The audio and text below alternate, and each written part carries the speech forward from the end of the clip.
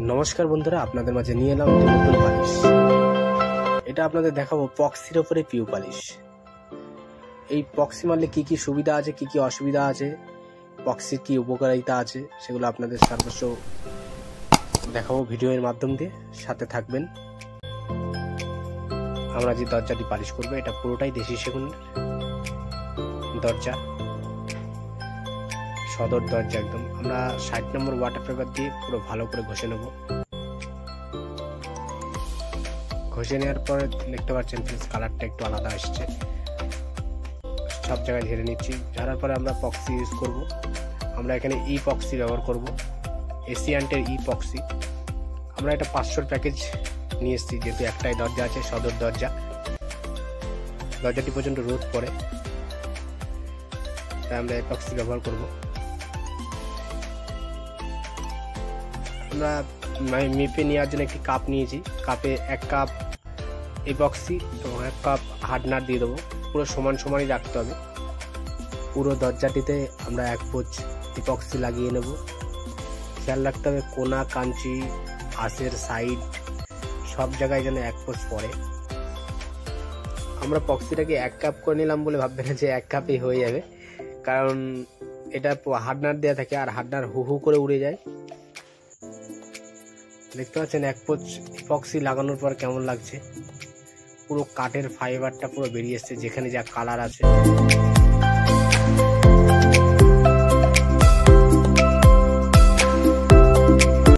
আমরা এবার রাফ পুটিংটা করে নেব।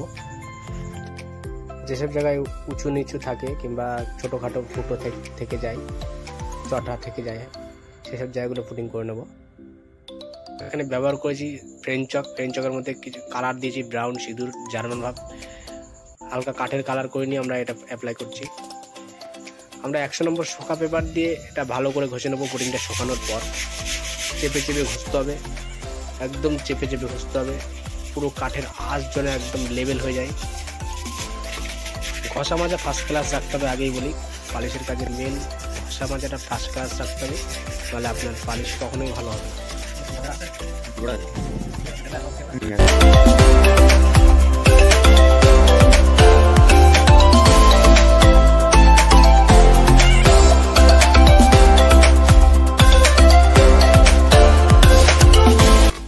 নকশার কোনাকাঞ্চিগুলো ভালো করে ঘষতে হবে, নাহলে যখন পিউ মারা হবে তখন সাদা ফ্যানের মতন দেখতে লাগবে।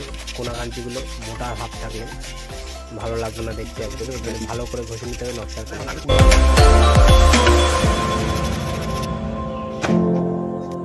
দেখতে পাচ্ছেন ঘষার পরে কেমন লাগছে।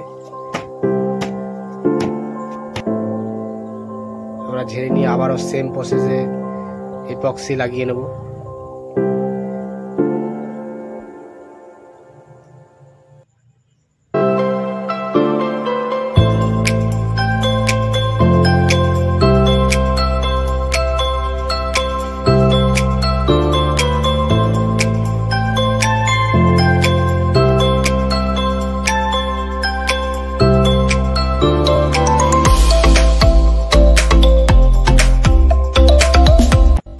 দেখতে পাচ্ছেন ইপক্সি দ্বিতীয়বার লাগানোর পরে কেমন লাগছে। আমরা চেকিং পুটিংটাও করে নিচ্ছি। যেসব জায়গায় ফুটো ফাটা টুকটাক বাদ পড়েছিল সেই জায়গাগুলো চেকিং পুটিং করে নিচ্ছি।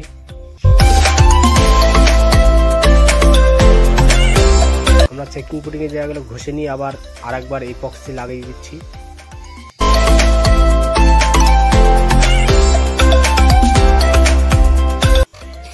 আমরা এবার রঙগুলো টাচ আপ করে নেবো। যেসব জায়গায় কাঠের প্যানা জয়েন্ট দেখা যাচ্ছে সেগুলো আমরা রং টাচ আপ করে নেব। দেখতে পাচ্ছেন রং টাচ আপ করার পরে কেমন লাগছে।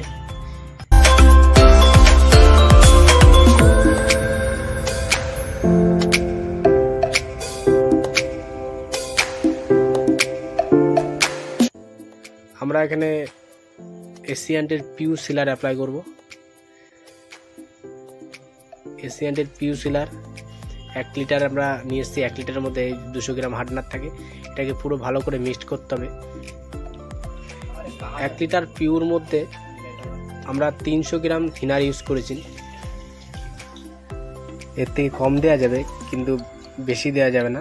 তাহলে প্রচণ্ড পাতলা হয়ে যাবে পিউ সিলারটা।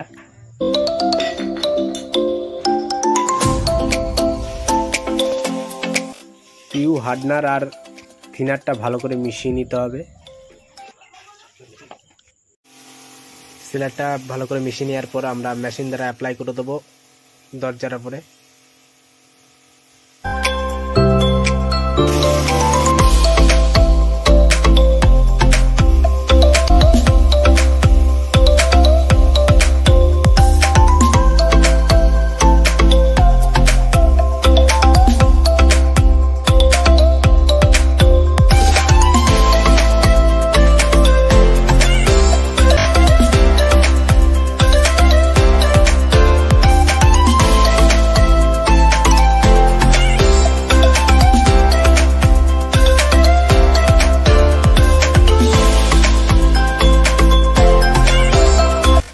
আমরা সিলার এখানে 2 কোট ব্যবহার করছি,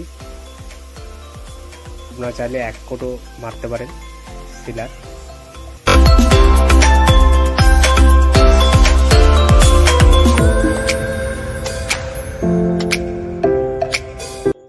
আমরা যেহেতু ঘরের মধ্যে করেছিলাম এর জন্য প্রচণ্ড ধুয়োতে ভিডিওটা আমাদের ঠিক আসেনি। যে গ্যাস থাকে মেশিনে দেখতে পাচ্ছেন এক ফুট সিলার মারার পরে কেমন লাগছে, এটা গ্লোজি সিলার, এর জন্য এতটা গ্লেজ উঠেছে। আমরা 220 নম্বর স্টিল পেপার দিয়ে আমরা এটাকে ঘষে নেব ভালো করে, কোথাও গ্লেজ ভাব থাকলে হবে না। ঘষে নেওয়ার পরে আমরা ইউজ করব বাইল্যাক হাই গ্লেজি পিউ ফিনিশ আমরা দরজায় অ্যাপ্লাই করব।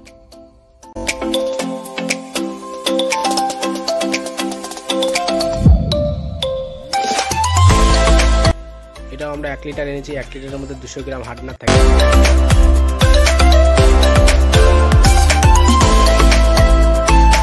আর এতে আমরা পিউ থিনার, এশিয়ান্টের পিউ থিনার ইউজ করছি।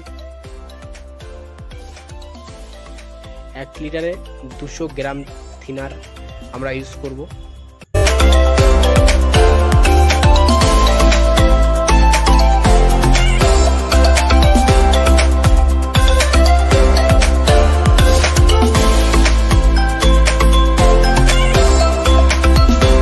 মালটাকে ভালো করে মিশিয়ে নিতে হবে। থিনার, হার্ডনার এবং বাইল্যাকের যে গ্লোজি আছে হাই গ্লোজি, সেটা যেন ভালো করে মিশে যায়। তারপর আমরা মেশিন দ্বারা এটাকে অ্যাপ্লাই করব দরজায়।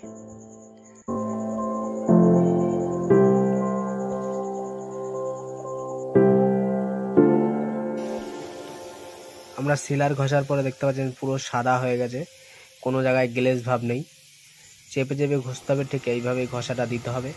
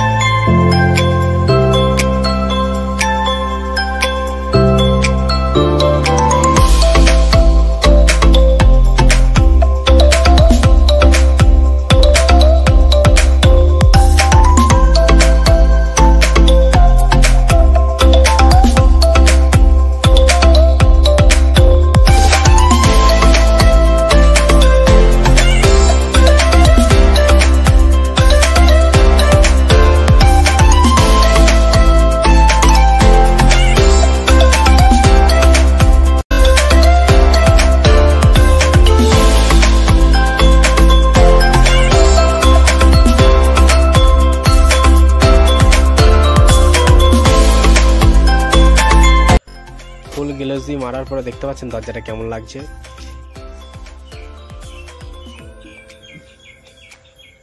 হাই গ্লেজি বাইল্যাক পিউ ফিনিশ। আরও নতুন নতুন পালিশের ভিডিওর আপডেট পেতে যারা ইউটিউব থেকে দেখছেন আমার চ্যানেলটিকে সাবস্ক্রাইব করবেন, এবং যারা ফেসবুক থেকে দেখছেন আমার পেজটিকে ফলো করে আমার পাশে থাকবেন। অনেক অনেক অসংখ্য ধন্যবাদ যারা আমার ভিডিওটা এই পর্যন্ত দেখছেন।